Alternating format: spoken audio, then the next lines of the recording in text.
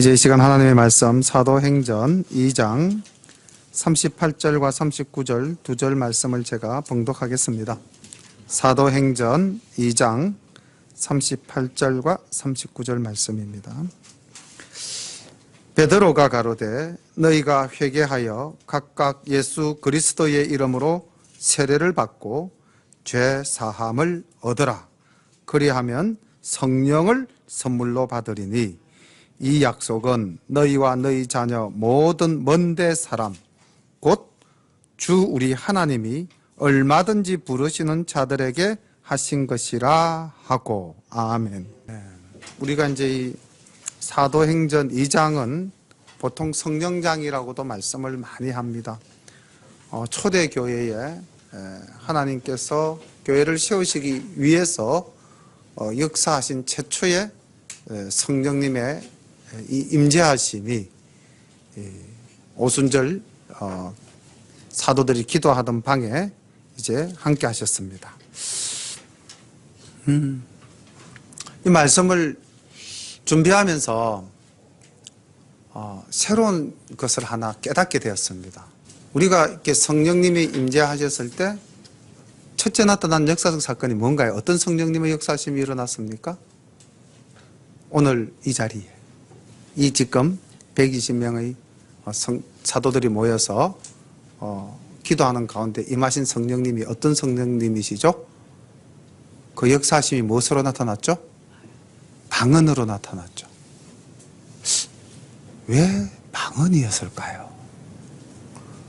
저는 단 한 번도 왜 성령님의 첫 사역이 하나님께서 이 땅에 성령을 보내신다라고 말씀을 하셨고 그리고 그 성령님의 역사하심이 이루어졌는데 왜 그 역사하심이 방언이었을까를 생각해 본 적이 없었던 것 같습니다. 그런데 이제 이 말씀을 준비하면서 왜 방언이었을까?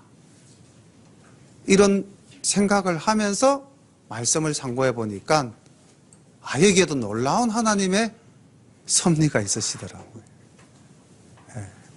일단 말씀 본문을 보면서 나중에 또 함께 말씀을 나누겠습니다.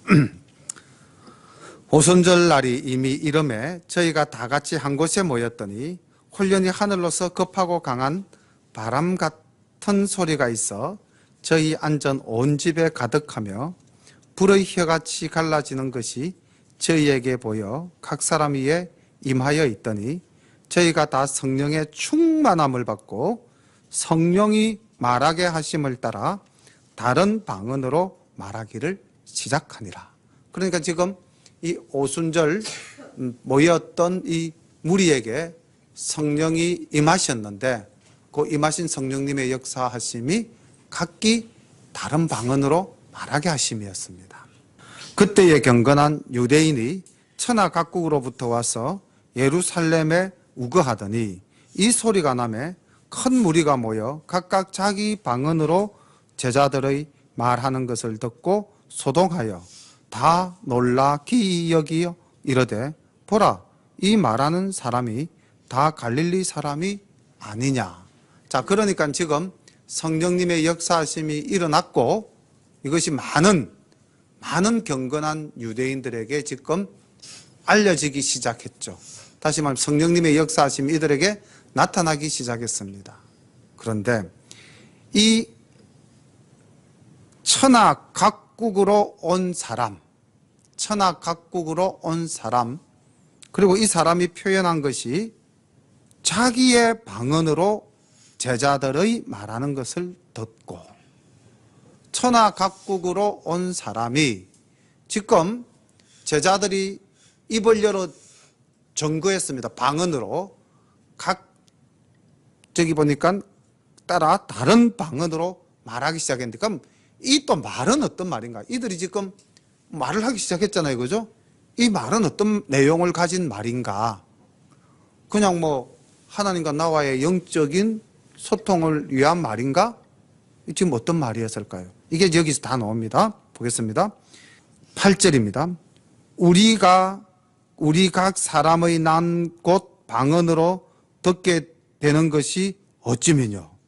우리는 바데인과 메다인과 엘림인과 또 메소포타미아, 유대와 갑바도기아, 본도와 아시아, 버루기아와 밤빌리아, 애굽 및 구레네에 가까운 리비아 여러 지방에 사는 사람들과 로마로부터 온 나그네 곧 유대인과 유대교에 들어온 사람들과 그레데인과 아라비아인들이라.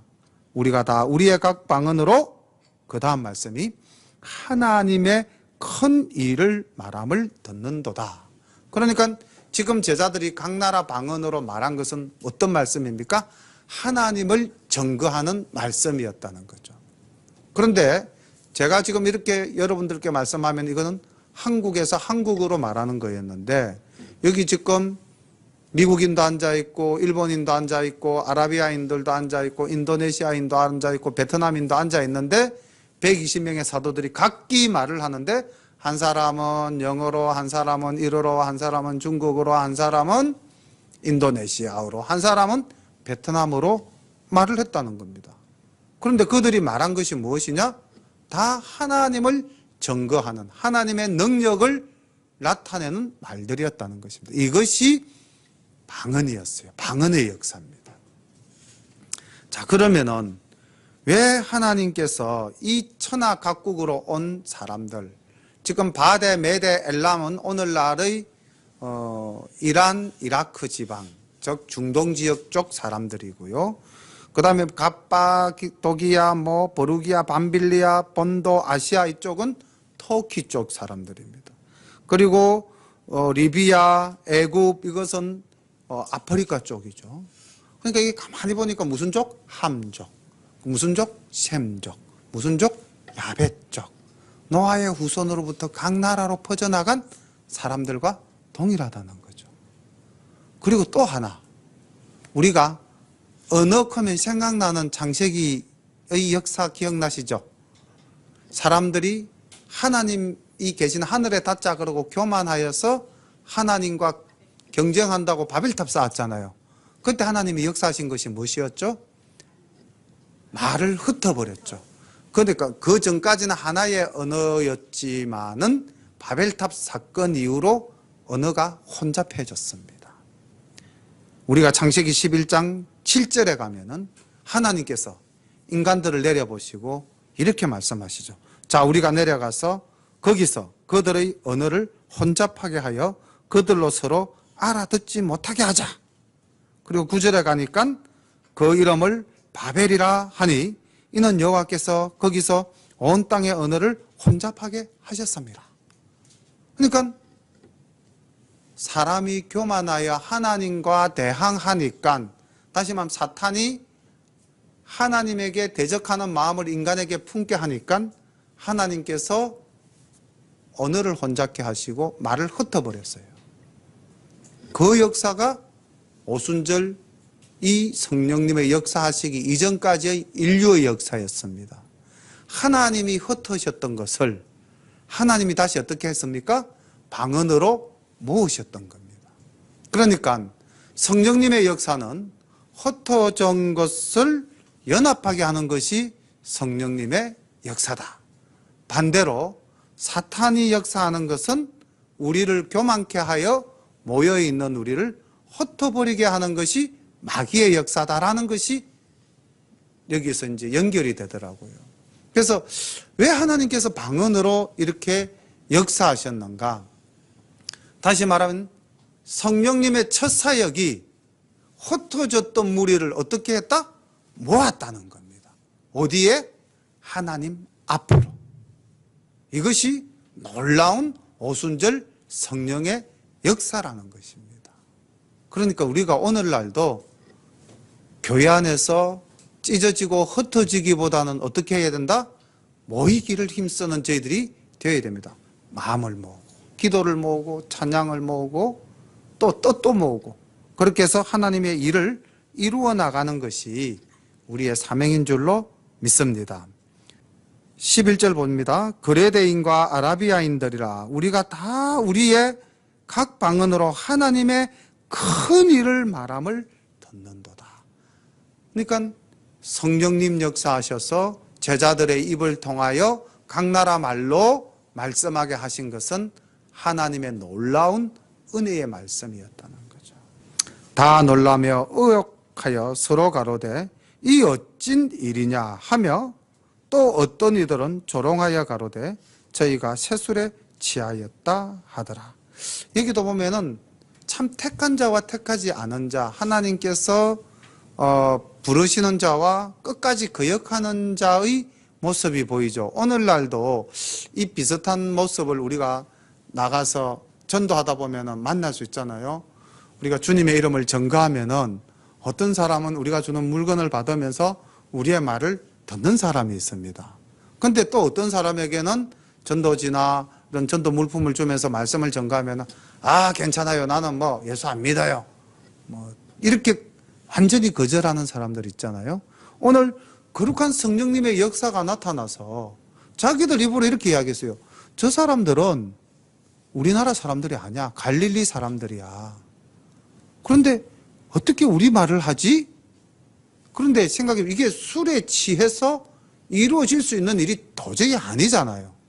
그럼에도 불구하고 이 성령님의 역사하심을, 하나님의 존재를 끝까지 거역하는 무리가 있었다는 거죠. 13절. 또 어떤 이들은 그 앞에 조롱하여 십자가상에 달린 예수님을 조롱하는 무리가 있었듯이 조롱하여 가로되 저희가 세술에 취하였다 하더라. 마귀는 끝까지 이렇게 하나님을 거역하고 하나님 일에 조롱하는 존재로서 오늘날도 그 사탄의 역사가 이루어지고 있습니다. 자, 지금 이 장면은 성령님의 역사하심이 일어난 이 사건의 속에 하나님의 놀라운 섭리, 흩어진 자를 모으는 하나님의 역사하심을 증거하는 모습이 있었습니다. 14절에 이제 베드로라는 한 인물로 사건에서 인물로 상황이 바뀌어져 갑니다. 베드로가 11사도와 같이 있어서 소리를 높여 가로되 유대인들과 예루살렘에 사는 모든 사람들아 이 일을 너희로 알게 할 것이니 내 말에 귀를 기울이라. 때가 제3시니 너희 생각과 같이 이 사람들이 취한 것이 아니라 이는 곧 선지자 요엘로 말씀하신 것이니 일렀으되 하나님이 가라사대 말세에 내가 내 영으로 모든 육체에게 부어주리니 너희의 자녀들은 예언할 것이요 너희의 젊은이들은 환상을 보고 너희의 늙은이들은 꿈을 꾸리라. 그때에 내가 내 영으로 내 남종과 여종들에게 부어주리니 저희가 예언할 것이요 또 내가 위로 하늘에서는 기사와 아래로 땅에서는 징조를 베풀리니 곧 피와 불과 연기로다. 주의 크고 영화로운 날이 이르기 전에 해가 변하여 어두워지고 달이 변하여 피가 되리라. 누구든지 주의 이름을 부르는 자는 구원을 얻으리라 하였느니라. 이스라엘 사람들아 이 말을 들으라. 너희도 아는 바에 하나님께서 나사렛 예수로 큰 권능과 기사와 표적을 너희 가운데서 베푸사 너희 앞에서 그를 증거하셨느니라. 저는 이 장면에서 베드로를 보고 참 많이 놀랐습니다. 사실 베드로가 예수님을 부인했고요. 베드로가 갈릴리에서 물고기를 잡으러 가는 사람이었고, 베드로가 이제 주님 앞에서 주님, 제가 주님을 사랑하시는 줄 주님이 아시나이다 고백했지만은 그 이후에 이렇게 이제 보면은 크게 뭐 어떤 변화가 있었던 것은 없었죠. 그리고 이제 이 오순절 이 예루살렘에 성령님 임하신 이후에 이제 베드로의 모습이 나타나는데 이 베드로의 모습을 보니까 어떤 특성을 가지는 것 같아요? 저는 딱 두 가지를 발견했습니다. 첫 번째가 담대함이었어요. 두 번째가 놀라운 지혜를 가진 자가 돼요. 성경에 해박한 사람이 되었어요. 그러니까 우리가 성령님의 역사함을 입었다 그러면은 우리에게서 나타나야 될 모습을 베드로에게서 찾는다면은 담대함. 그 움츠려들고 기가 죽어 있었던 그 베드로가 이제 그 11 제자와 나란히 서서 하나님의 말씀을 담대하게 뭐라고 이야기를 했냐면 이렇게 이야기했어요. 이 모든 유대인들과 예루살렘에 사는 모든 사람들아, 그 다음 말, 이 일을 너희로 알게 할 것이니 내 말에 귀를 기울이라. 이 지금 우리가 각 나라 언어로 너희들에게 말하는 것 참 너희들은 신비롭게도 생각하고 놀랍게도 생각하고 또 어떤 이들은 술 취했다고도 말을 하는데 내가 이 진실을 너희들에게 이야기해 주겠다. 다시 말하면 하나님의 큰 일에 대해서 내가 너희들에게 증거하겠다. 이렇게 이제 말씀하시는 거예요. 그러니까 베드로가 얼마나 담대합니까? 성령님의 역사하심을 입은 우리 모두는 담대하게 될 줄로 믿습니다. 그리고 이제 요엘서의 말씀을 딱 인용해서 요엘서 2장 28절로부터 32절 말씀을 딱 인용을 해서 뭘 이야기하느냐? 오늘 이렇게 일어난 일은 우연히 일어난 일이 아니다. 이미 요엘 선지자가 이 땅에 말세에 그날에 하나님께서 성령을 부어주시겠다고 약속하신 그 약속이 이루어진 것이다 라고 이야기를 했습니다. 그러니까 이 일은 성령님의 역사하심이다. 하나님의 약속이 성취되어진 일이다. 이렇게 이야기를 합니다. 그리고 여기 이제 삼시라는 것은 9시입니다. 그러니까 아침 9시에 어떻게 술에 취할 수 있느냐? 아니다라는 거죠. 논리적으로 일단 정리해 놓고 그 다음 성경 말씀을 가지고 상대들에게 예루살렘에 사는 모든 유대인들과 각 나라에서 온 사람들에게 하나님의 놀라운 역사를 증거하면서 이러할 때에 너희들이 예수님을 믿어야 된다. 하나님께서 성령님을 이 땅에 보내신다고 약속하셨고 21절 그 다음 누구든지 요엘서에서는 여호와의 이름을 부르는 자는 이라고 기록되어져 있는데 베드로는 이것을 주의 이름을 부르는 자는 구원을 얻으리라 해서 지금 우리가 증거하고 있는 예수님을 강력하게 내세우고 있는 것입니다. 그리고 보십시오. 22절에 예수님을 증거합니다. 이스라엘 사람들아 이 말을 들으라. 너희도 아는 바에 하나님께서 나사렛 예수로 큰 권능과 기사와 표적을 너희 가운데서 베푸사 너희 앞에서 하나님께서 예수님을 아들로 증거하셨다. 그런데 그 아들을 너희들이 어떻게 했느냐? 이제 다음 말을 끌고 갑니다. 이렇게 해서 지금 일어난 모든 일은 성령님의 역사하심이다. 하나님의 말씀이 성취되어진 것이다 라고 강력하게 이제 근거합니다. 그가 하나님의 정하신 떡과 미리 아신 대로 내어준 바 되었거늘 너희가 법 없는 자들의 손을 빌어 못 박아 죽였으나 하나님께서 사망의 고통을 풀어 살리셨으니 이는 그가 사망에 매여 있을 수 없었음이라. 아멘. 지금 이제 베드로가 이야기하는 것은 우리 예수님을 증거하는 거예요. 성령님의 역사하심, 이거 우리 예수님께서 말씀하신 거야. 이거 보내주신다고 말씀하셨던 그 역사 이루어진 거야. 그리고 그 예수님은 너희가 알다시피 3년간 이 땅에서 얼마나 많은 기적과 이사와 표적을 보이셨느냐. 그런데 그 예수님을 누가 못 박았느냐? 너희들이 못 박지 않았느냐? 이게 지금 예수님 부활로부터 불과 40일 예수님 증거하시고 거기로부터 오순절 50일 불과 석 달 전 이야기, 넉 달 전 이야기잖아요. 그죠? 그러니까 거기 예루살렘에 사는 많은 사람들이 기억할 거잖아요. 그리고 예수님은 너희들 손에 의해서 십자가에서 죽으셨다. 근데 그것으로서 끝이 아니었다. 주님은 부활하셨다. 그리고 주님은 우리에게 놀라운 은혜를 베푸시고 성천하셨다까지.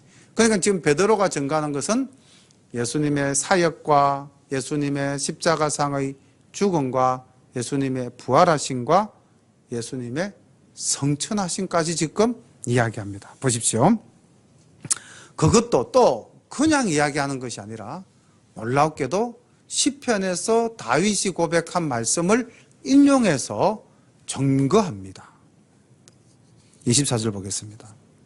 하나님께서 사망의 고통을 풀어 살리셨으니 이는 그가 사망에게 매여 있을 수 없었음이라. 부활하셨다. 25절 다윗이 저를 가리켜 가로되 내가 항상 내 앞에 계신 주를 배웠으며 나로 요동치 않게 하기 위하여 내가 그가 내 우편에 계시도다. 이러므로 내 마음이 기뻐하였고 내 입술도 즐거워하였으며 육체는 희망에 거하리니 이는 내 영혼을 엄부에 버리지 아니하시며 주의 거룩한 자로 썩음을 당치 않게 하실 것임이로다. 주께서 생명의 길로 내게 보이셨으니 주의 앞에서 나로 기쁨이 충만하게 하시리로다 하였으니, 이 말씀은 시편 16편 8절로부터 11절까지 있는 말씀을 베드로가 또 그 말씀을 인용해서 다윗이 이미 고백했어요. 그리고 그 다음 30절에 보면 그는 선지자라. 다윗은 하나님의 뜻을 미리 받아서 말씀한 선지자다. 이렇게 이제 이야기를 합니다. 형제들아, 내가 조상 다윗에 대하여 담대히 말할 수 있노니 다윗이 죽어 장사되어 그 묘가 오늘까지 우리 중에 있도다. 그는 선지자라. 하나님이 이미 맹세하사 그 자손 중에서 한 사람을 그 위에 앉게 하리라 하심을 알고 미리 보는 고로 그리스도의 부활하심을 말하되 저가 음부에 버림이 되지 않고 육신이 썩음을 당하지 아니하시리라 하더니 이 예수를 하나님이 살리신지라 우리가 다 이 일의 정인이로다. 그러니까 지금 베드로가 성령님의 역사하심으로 나타난 이 현상을 이야기하면서 지금 뭘 지금 계속 설교해 나가고 있습니까? 예수 그리스도를 전가하고 있는 것입니다. 예수 그리스도. 너희들이 십자가에 못 박은 예수 그리스도. 십자가에서 돌아가신 그 예수 그리스도. 그 예수 그리스도가 이미 너희 조상, 너희들이 존경해 마지 않는, 우리가 존경해 마지 않는 그 다윗 왕의 예언대로, 다윗 왕의 고백대로 부활하시었다. 사실 부활하신 주님을 만나지 못한 자들이 많잖아요. 그러니까 예수님의 부활을 믿지 않을 수도 있죠, 그들은. 그런데 사실 제자들은 다 봤지 않습니까? 그리고 시편의 말씀을 가지고 이 주님이 부활하시고 우리가 친히 그 일을 보았노라. 그래서 32절에 보니까 우리가 다 이 일의 정인이로다. 하나님이 오른손으로 예수를 높이시며 그가 약속하신 성령을 아버지께 받아서 너희가 보고 듣는 이것을 부어주셨느니라. 아멘. 그러니까 오늘 일어난 이 모든 이 사건은 누구로 말미암음이다? 우리 주 예수 그리스도로 말미암음이다. 이걸 이제 이야기하는 거예요. 그러니까 성령으로부터 시작해서 예수님으로 끝맺음을 맺는 것입니다. 그리고 이 예수님의 죽음과 예수님의 부활과 예수님의 이 성천을 이제 이야기하는데 34절 다윗은 하늘에 올라가지 못하였으나 친히 말하여 가로되 주께서 내 주에게 말씀하시기를 내가 내 원수로 내 발등상 되게 하기까지 너는 내 우편에 앉아서라 하셨도다 하였으니 그런즉 이스라엘 온 집이 정녕 알지니 너희가 십자가에 못 박은 이 예수를 하나님이 주와 그리스도가 되게 하셨느니라. 아멘. 자, 그러니까 지금 이 34절부터 36절까지의 말씀은 다시 시편 110편의 1절 다윗의 고백을 들고 나와서 하나님 우편에 계신 이가 예수 그리스도라는 것입니다. 그럼 부활하셨던 예수님이 이제 어디로 가셨다? 다시 하늘 보좌로 올라가셨다, 성천하셨다는 거죠. 그리고 지금 하나님 우편에 계신 그 예수님을 누가 바라보았다? 다윗이 바라보고 고백한 것이 시편 110편 1절의 이야기라는 것이죠. 그러니까 지금 베드로는 굉장히 논리적으로 아주 참 빈틈없이 주님의 말씀을, 주님을 증거하고 있는 것입니다. 이렇게 훌륭한 한 편의 설교를 이 지금 베드로가 많은 사람들 앞에서 담대하게 외치고 있는 거죠. 그러면서 36절에 보십시오. 책망하지 않습니까? 담대하게 너희가 십자가에 못 박은 이 예수. 오늘도 우리가 주님의 뜻대로 살지 못하고 주님의 영광을 가리운다면은 우리도 이 책망을 들을 수도 있어요. 제 37절 설교를 들은 사람들의 반응입니다. 저희가 이 말을 듣고 마음에 찔려 베드로와 다른 사도들에게 물어 가로되 형제들아 우리가 어찌할꼬 하거늘 베드로가 가로되 너희가 회개하여 각각 예수 그리스도의 이름으로 세례를 받고 제사함을 얻으라.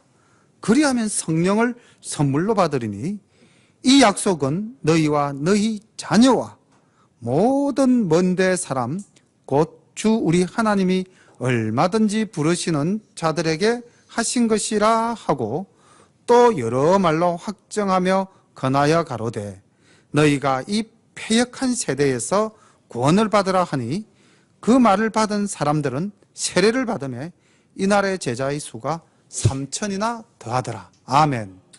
놀라운 역사가 일어났습니다. 베드로의 설교에 3,000명이 회심하는 역사가 일어난 것입니다. 얼마나 놀라운 하나님의 은혜입니까? 그런데 이 말씀 속에 참 놀라운 또 말씀이 하나 숨겨져 있는데 바로 이 39절 말씀이죠. 사실 베드로가 이 말씀을 여기서 했다는 것이 저는 굉장히 놀랍습니다. 우리가 이방인에 대한 구원 사역하면은 통상 누구를 제일 먼저 떠올립니까? 바울을 제일 먼저 떠올리잖아요. 그죠? 그런데 오순절 날 이 예루살렘 성전에서 베드로가 설교할 때 이미 만민 구원, 즉 이 세상에 속한 모든 사람을 구원하시겠다는 하나님의 뜻을 분명하게 전하였다는 것입니다. 베드로의 설교를 통해서 우리는 어떤 역사하심이 어떤 과정을 통해서 일어났는가, 이 부분을 제가 간략하게 한번 정리를 해봤습니다. 첫 번째, 모든 사람들은 주님이 베드로를 통해서 하시는 말씀을 들었어요. 이게 굉장히 중요하죠. 말씀을 들었다. 그래서 그들이 무엇을 갖게 되었습니까? 말씀을 들음으로 믿음을 가지게 되었어요. 오늘날 우리가 정말 믿음이 부족하다, 내 믿음이 연약하다 생각하면 우리는 제일 먼저 해야 할 일이 뭘까요?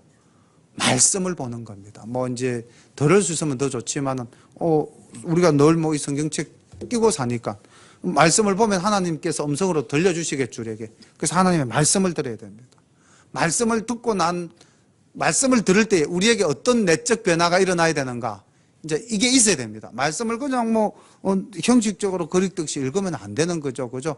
말씀을 읽으면서 놀라운 진리도 발견하면서 그 진리를 발견하는 가운데 찔림을 받아야 되는 거예요. 찔림. 여기 지금 보니까 37절, 저희가 이 말을 듣고 마음에 찔려. 이게 있어야 돼요. 성령님의 감동 감화하심, 위로하심, 역사하심.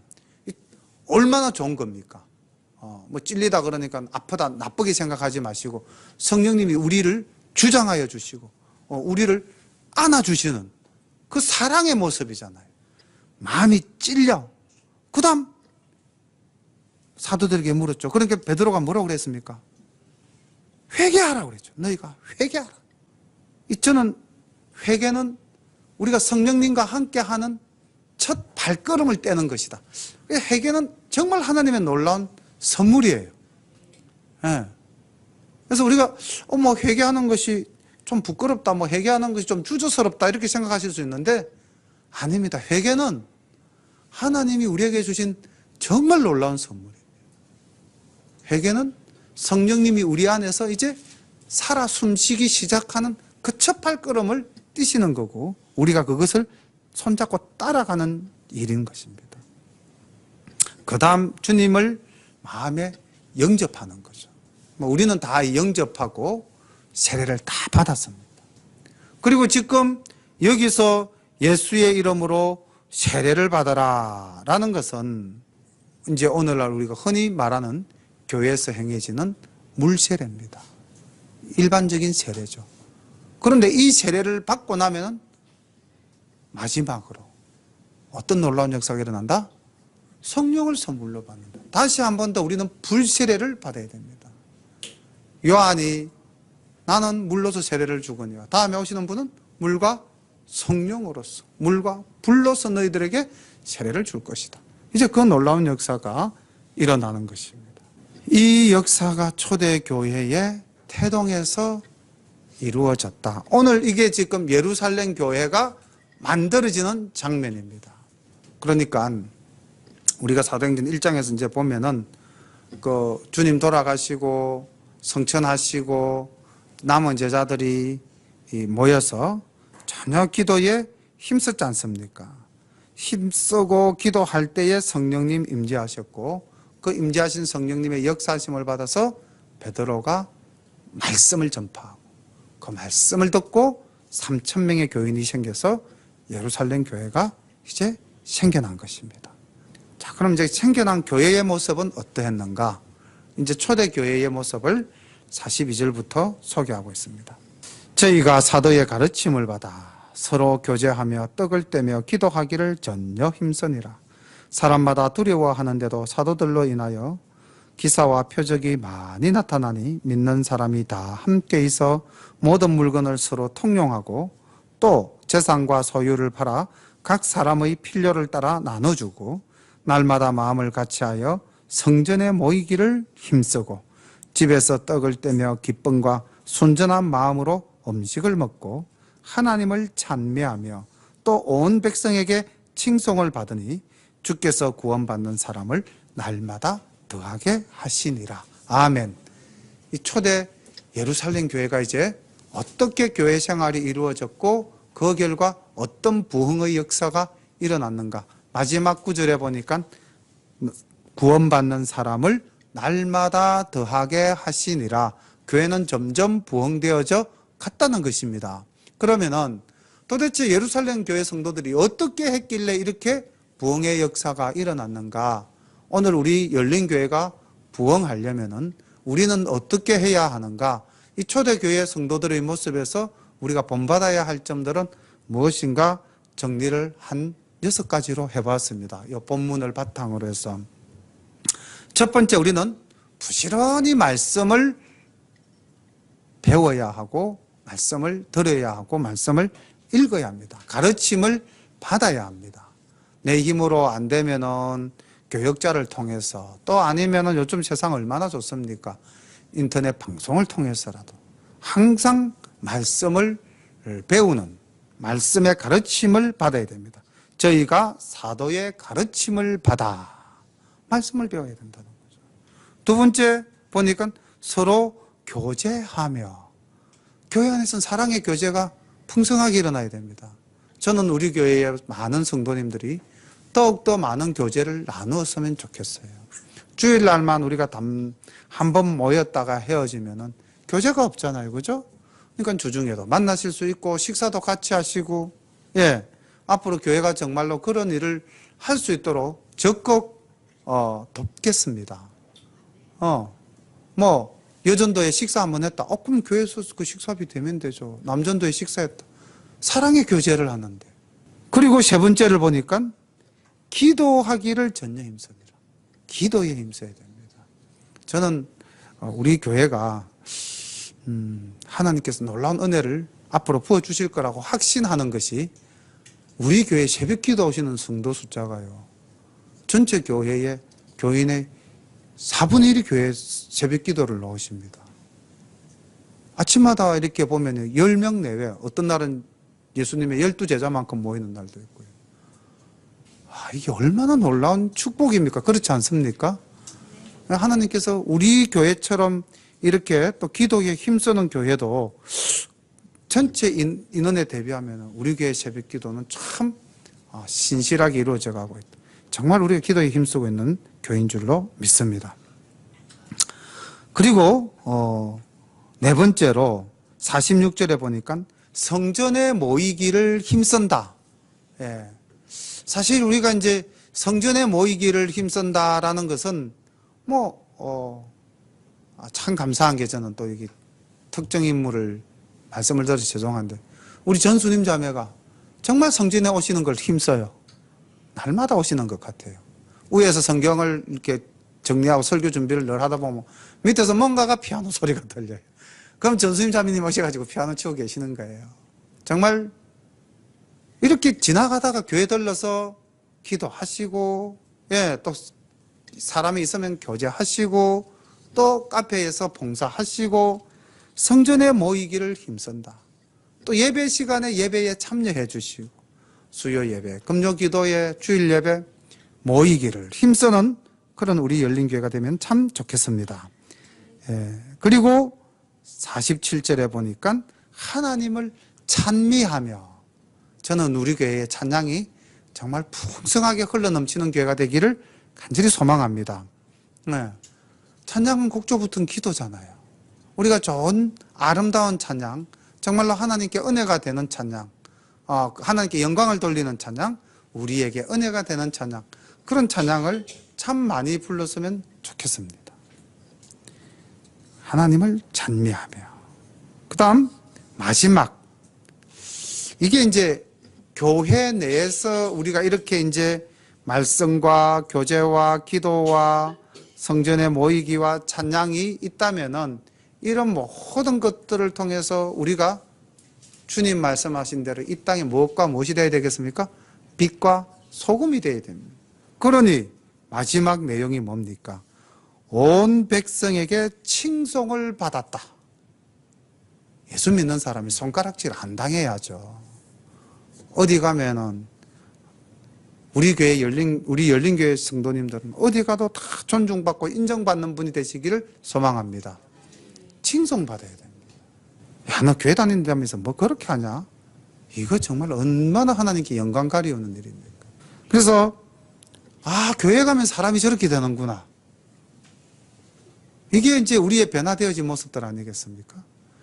예루살렘 교회가 이러한, 물론 이걸 또 좀 더 잘게 분석을 하면 더 많은 모습들을 볼 수가 있겠지만은, 저는 이렇게 한 6가지로 분석을 해서 우리 열린교회 성도님들이 이 예루살렘 교회의 이 아름다운 성도님들의 모습을 닮아가는 우리 모두가 되었으면 좋겠다, 그렇게 생각을 합니다.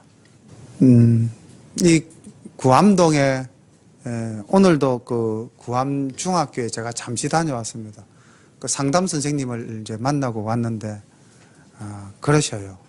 동네가 많이 힘들죠, 이러더라고요, 저보고요. 그래서 예? 이랬더니만은 학교에 이 아이들을 이제 상담을 하다 보면은 너무너무 힘든 애들이 많대요. 근데 올 1학년들은 작년보다 더 힘들대요. 선생님들이 벌써 애들을 줄줄이 달고 상담실로 온답니다. 그래서 올 한 해도 어떻게 하나 자기는 걱정이 앞선다 그러면서 그래서 그런 애들이 있으면 우리 교회로 늘 보내좀 주십시오. 우리가 잘 케어하겠습니다. 그렇게 말씀을 드렸는데, 어쨌든 우리가 이 구암동에서 믿지 않는 사람들로부터 칭송을 받아서 교회에 가면은 저렇게 되는구나. 저는 이제 또 다음 3장에 보면 구제에 힘쓴다는 구제라는 말도 나오는데요. 사실 구제도 교회 내에서 구제가 풍성하게 나타나야 될 줄로 믿습니다. 그래서 교회 가면 우리가 교회로부터 도움을 좀 받을 수 있구나. 오늘도 우리 이제 전수님 자매님이 전화 통화를 하면서 이제 그런 부분을 이야기했는데, 도울 수 있으면 우리가 도와야죠. 뭐든지 할 수 있으면 해야 됩니다. 근데 이제 교회의 사명이 그런 것 같아요. 구제하고 나누고 그렇게 해서 하나님의 영광을 나타내고, 오늘 이 사도행전 2장에서 우리는 성령님의 역사심이 왜 방언이었던가, 이 하나님의 오묘한 섭리, 바벨탑 이후로 흩어졌던 언어가 단 한 번이라도 모인 적이 있었습니까? 없었습니다. 하나님이 흩으시고 하나님이 모으셨습니다. 놀라운 하나님의 역사심 아니십니까? 그리고 그 이후로 하나님의 복음은 온 세상 끝까지 전거되어져 가고 있습니다. 그리고 그 베드로가 담대하게 하나님의 말씀을 지혜롭게 전가하는 모습들을 보면서 우리도 이제 주님의 말씀을 담대하고 지혜롭게, 우리 모두가 성령 받아서 주님 은혜 안에서 거하고 있지 않습니까? 우리도 나가서 담대하고 지혜롭게 말씀을 전가하는 그러한 우리 모두가 되어야 될 줄로 믿습니다. 또한 초대교회의 그 아름다운 모습들을 보면서 우리도 닮아가는 우리 열린교회가 되기를 또한 간절히 소망합니다. 오늘 이 주신 말씀 붙잡고 함께 기도하면서 내 개인 기도를 하셔도 되고 또 우리 열린교회를 위해서 기도하셔도 되고 하나님의 영광을 위해서 기도하셔도 됩니다. 오늘 받은 말씀 가지고 우리 함께 잠깐 기도드리겠습니다. 사랑과 은혜가 풍성하신 우리 아버지 하나님, 이 시간에도 성령님께서 우리의 마음을 뜨겁게 하여 주심을 감사합니다. 우리의 입술을 열어 주님을 찬송하게 하며 감사드립니다. 하나님, 우리 아버지, 오늘까지 저희들을 영육으로 강건하게 지켜주신 하나님, 이제 그 은혜에 감사하며 저희들이 더욱더 주를 위해 힘써 섬기는 우리 모두가 될 수 있도록 인도하여 주옵소서. 하나님, 이제 봄을 맞이하여 꽃들이 꽃망울을 터뜨리고 아버지 단비가 대지를 촉촉히 적셔서 온 만물이 소생하는 봄입니다. 움츠려 있던 저희들도 이제 주님 하나님 날개 어깨를 펴고 마음을 열고 하나님 이 구암동 지역을 향해서 나아가게 인도하여 주옵소서. 하나님 아버지, 더욱더 전도에 힘쓰고 하나님 영광을 아버지 나타내는 저희들 될 수 있도록 도와 주옵소서. 하나님, 오늘도 귀한 말씀으로 우리에게 은혜 내려주심을 감사하옵고 정말 주님 다시 오시는 그날까지 이 땅에서 주님 맡겨주신 사명 잘 감당하는 우리 모두 되게 인도하옵소서. 예수님의 이름으로 감사하며 기도드리옵나이다. 아멘.